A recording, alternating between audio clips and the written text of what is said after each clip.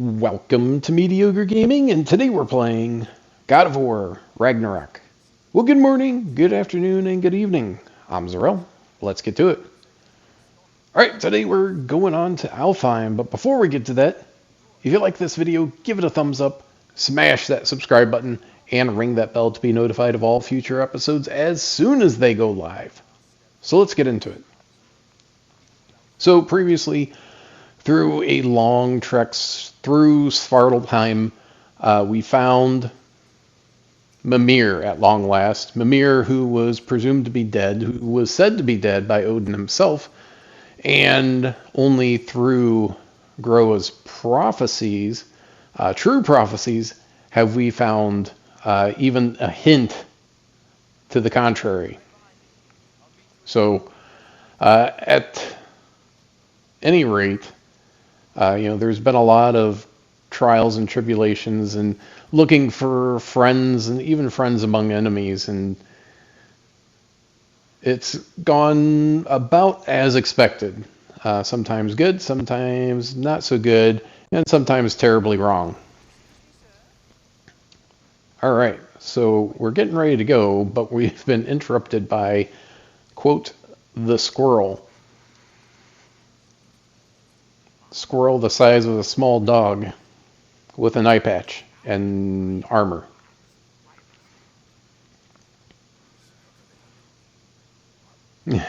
Yeah, what is happening indeed? Okay. So there is a squirrel that tends to the world tree to keep it from growing out of chaos. Amber resin, a little nuttiness with a hint of squid ink. It's a gastronomic treasure. Alright, so we got that from dinner, which was in Svartalfheim, from Derlin's office. Alright, Ratatosker. I don't remember summoning Ratatosker previously, so unfortunately, wasn't memorable, at least for me.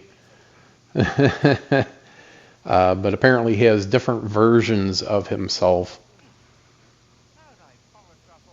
Multiple versions. And what we got was actually a seed coated in resin. So now we have one going to Alfheim, but now we can go to Niflheim as well, so our path can branch off. And at some point it was going to. We can go one way to further the story, go another way to, work on favors or side quests, whatever you want to call them. So we'll go over to Niflheim briefly before we go to Alfheim, just so we can see what. Einherjar, and not even close, but you know what I'm saying. They weren't spirits; they were actually corporeal, but they were only supposed to be brought back for Ragnarok. But Odin has somehow found a way to bring them in before Ragnarok. And if we have to fight an army of them, it's going to be difficult. All right, so Niflheim, and it's Fimbulwinter everywhere, of course. You see this giant tree, and full of ravens, or spirits of ravens. And not just any ravens, but Odin's ravens. And then there's chests that unlock based on the number of ravens. So every 6 ravens that you take care of will get you something from one of these chests. And I believe the first 2 are armor, and beyond that we'll have to see. But there's 48 ravens in total, and every 6, so there's 8 different chests that you can open. Alright, so we're going to go ahead and move on to Alfheim and go that way. So actually 6 chests, not 8 chests, unless something changes as we get more. All right, so talking about the soul, and we form, mind, direction, and luck. Direction sees the souls of giants, dwarves, elves, and animals toward the lake of souls in Alfheim, where all the parts may be absorbed back into Alfheim's great light. So every living thing that has a soul is going to go back to Alfheim and then go into the light and be recycled in the great scheme of things. Now the now Tyr is going to join us on to Alfheim. Alfheim we've actually been to previously in the last game, God of War. So when yes, and when it happened, Freya was going to come with us, but she was stopped because Odin said, you can't go that direction. You have to stay in Midgard. So she was basically cursed. And at that time, we needed to fill the Bifrost so that we could go elsewhere. But Alfheim was basically infested with dark elves. And we didn't see any of the light elves. So now we're going to go back and see what's changed, and maybe see a different part of Alfheim. We'll have to see. All right. So in order to see more of the prophecy from Groa, we need to go to the top of the temple at Alfheim. So we need to get going over there. As we go along, we just kind of break everything as we go along. Oh, and we see the war continues between the light elves and the dark elves. Yeah, Fimbulwinter hit it hard. No, storms have always been in the desert, but no, but never mind. But what about the sandworms? The living desert.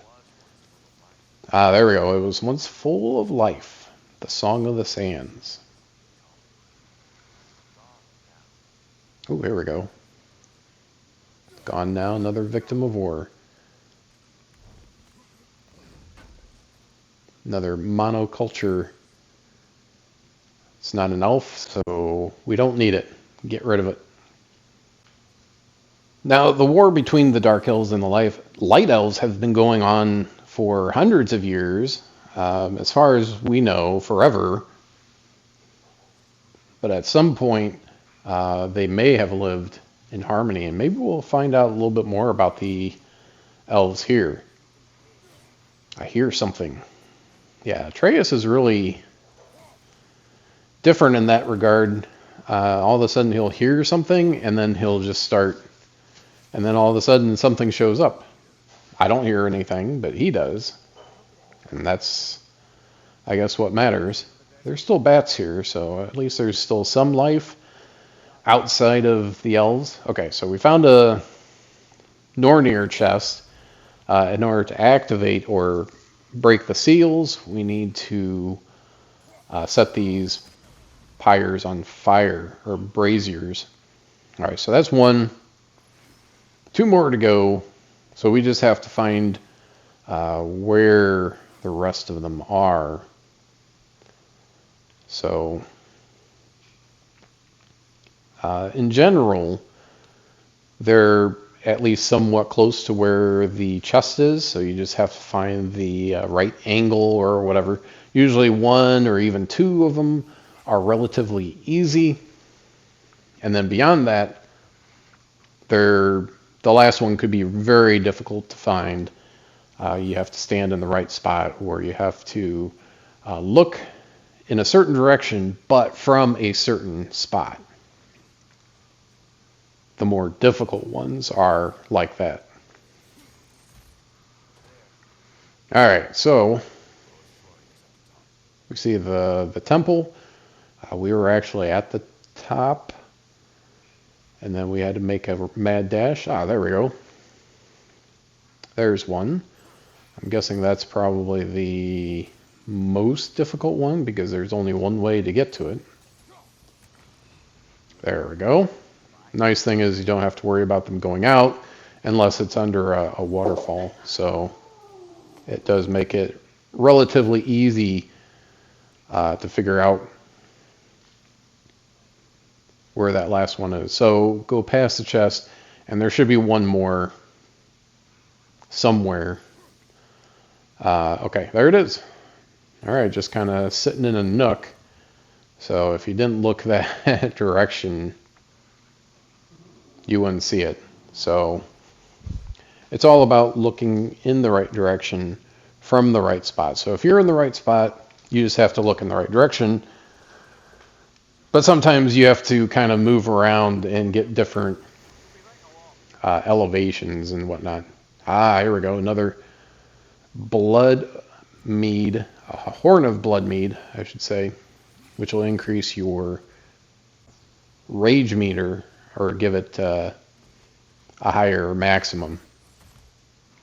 All right, so now on to, I like the little conversations with Mimir. Mimir has issued the life of a adventurer, basically, or leader. There's another raven over there. So Freya's brother, was in Alfheim, brokering peace. There we go. Just take a look around. It's easy to overlook items, collectibles, ravens, etc. Very easy to do, and it's easy to miss it, as I said, if you're not in the right spot looking at the right angle sometimes. Alright, so what is this? Twilight Stone. Take a long time to form and 2 seconds to destroy. The light of Alfheim basically condenses into this rock. But it also reflects the axe, the Leviathan axe. And Tyr didn't know it could do that. Haha, I knew something that Tyr didn't.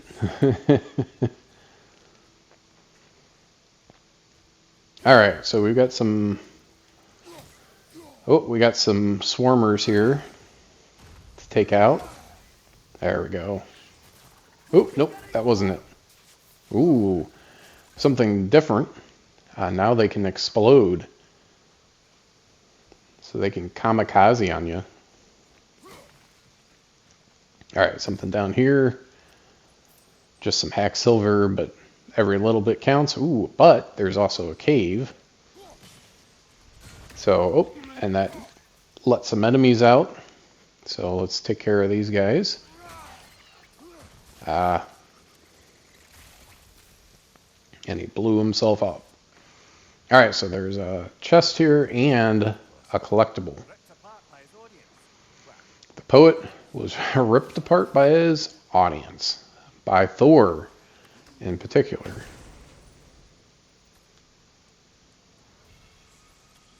Scotty's Edge, a new light runic attack with the axe.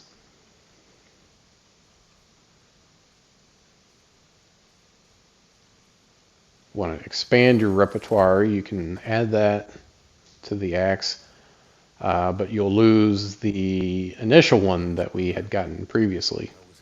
Freya's brother, Freyr and Freya.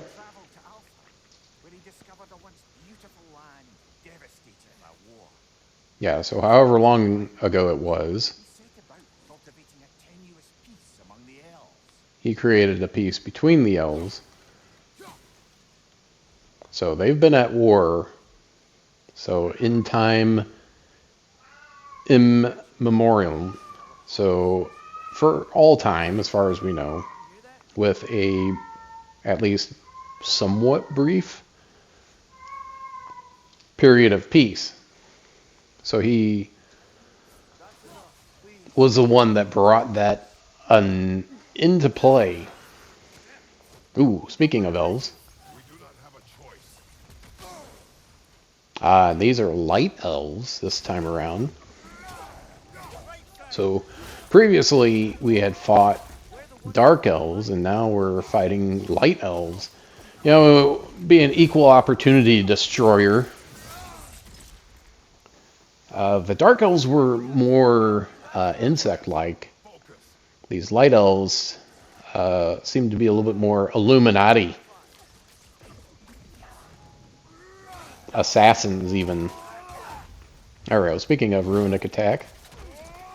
There we go, chop them in half. That'll keep them from coming back. Alright. Yeah, I do. Ooh. Goes back, drops a bomb, and then kamikazes himself. Alright. Some health gems that I don't need, luckily. Now, the one raven piece that I got increases the amount of health that you get back from all sources. So if you get health from a crystal, that is going to increase 15% if you have the one raven piece, 30% if you have two, plus the chest piece, which will get you a health bonus from any finishers that you do. Another Nornir chest and a tribute to Freyr. So a new set. And then something else with the wall that we've seen. Actually in Svartalfheim, we saw that. So we need something in order to deal with that. And we can't deal with the Nornir chest. So that's something we'll have to come back to as well. Alright, jumping across. Yeah, we came in from the top last time. We didn't have to worry about it.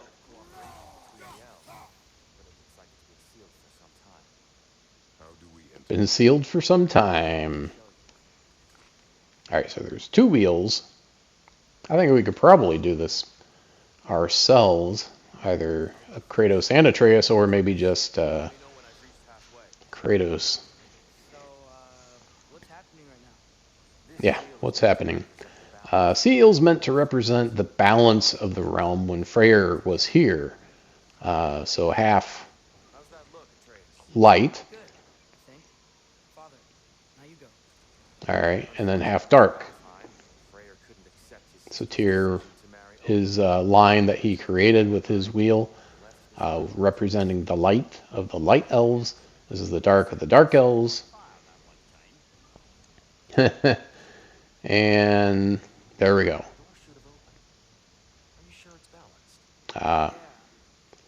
It's balanced. It looks balanced. Aha, but the realm is not balanced. Not anymore. So the last time when we came, if we had gone this way, we would have had to go completely dark. Now we're going completely light. So there's very few, if any, dark elves left. And if they are, they're probably in hiding. They basically don't like anyone. The elves don't like anyone, any outsiders, and even the ones that belong in Alfheim. If you're not of the same, clique. Ah, okay. So the statue depicts how the elves used to be before there was a split. Alright, so another Twilight Crystal, which is the only way to break the seal on the door, the crystal. Because just throwing your axe at the crystal, it doesn't have enough oomph to do it. You have to empower the axe by pinging it off of the Twilight Stone. That certainly makes sense, I think. I think that makes sense. So, looking around, and of course, hear something, and like, what is it? Oh, flashes, a flashbang. Ah, okay. The Lake of Souls. And then the Lake of Souls, right in the middle, it kind of coalesces into the light, which travels up.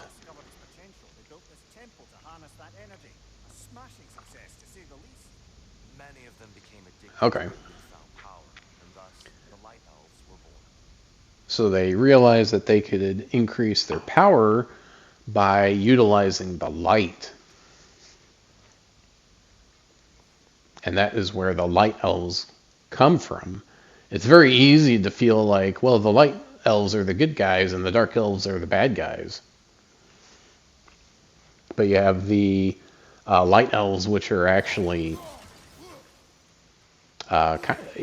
using souls to increase their power. So that doesn't seem like... it kind of feels like exploitation. Alright, so here's another door that's sealed. Ping it off, and there we go. Well done, but I think the light elves won't be happy about it. I imagine not. They're trying to keep the dark elves out of the temple, and that's one way to do it if they can't get into the temple. Alright, so we'll open this door.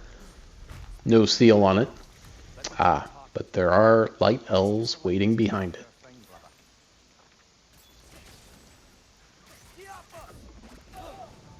And they're just as dangerous as the dark elves.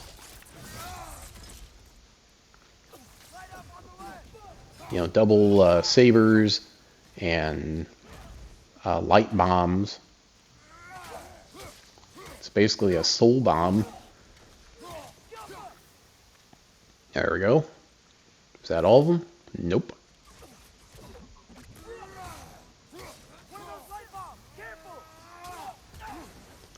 Oh, what was that? There we go. Chop them up. There we go, and get that health burst at the same time. Alright, so that was it. Beautiful environment, as always. Came across a light bridge, but now it's not there. We used to be able to create light bridges with one of Atreus's arrows. There we go. So he made a path for us across, so we just have to go across there.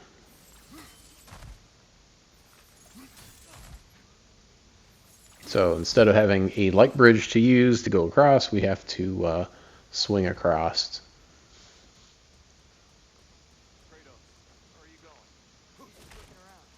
He's looking around. He does this sometimes. Curious mind, carry on. Has nothing to do with me plundering the temple. So I guess in one sense, we're not any better, or Kratos isn't any better than the Light Elves, who's exploiting a location to further your own power.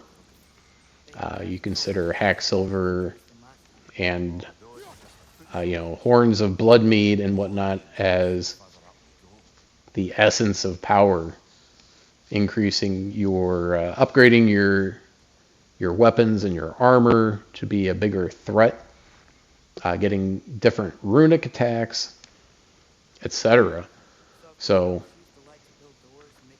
yeah, make themselves stronger. To return it back to its source, then natural resources Alfheim are sacred. So the Light Elves are like the mega corporation of Alfheim, and the Dark Elves are the hippies. who say we should just leave things the way they are. Okay, we have another sealed door that we need to deal with. Come over here and hop up. There we go. Let's see. Nope. Whenever you see that pinkish purple color, it's not going to hit anything. Ah, another collectible. Do you understand? There's always a meaning if you look hard enough. Yeah, that's true. 5 out of 14. Yikes. All right, there we go. Good hit. More light elves. I'll handle it, Tyr says, without his walking stick. Let's see how that goes. We mean you no harm. Oh, homing orbs. Alright, so we gotta explode the homing orb with our axe before it gets too close. We got a gimme the first time around. I love that run he just did. Light Elf Mystic. So the Mystic can do the light bombs or spirit bombs. There we go. I didn't need the health, but you know, it's easier than getting hit in the back while you're swiping away at one of these guys. Oop, can I get it? Can I get it? Nope, nope, nope. I thought I could do a finisher before the homing orb got too close, but that wasn't the case. Now I do need the health burst. There we go. Slice them and dice them. And that's it. I hope you enjoyed this video. Be sure to check us out on social media, and thank you for liking, commenting, and subscribing. And we'll see you next time. The Light Elves want to keep using them.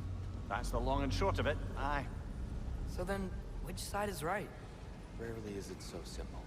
And not our place to say. This is an elven conflict.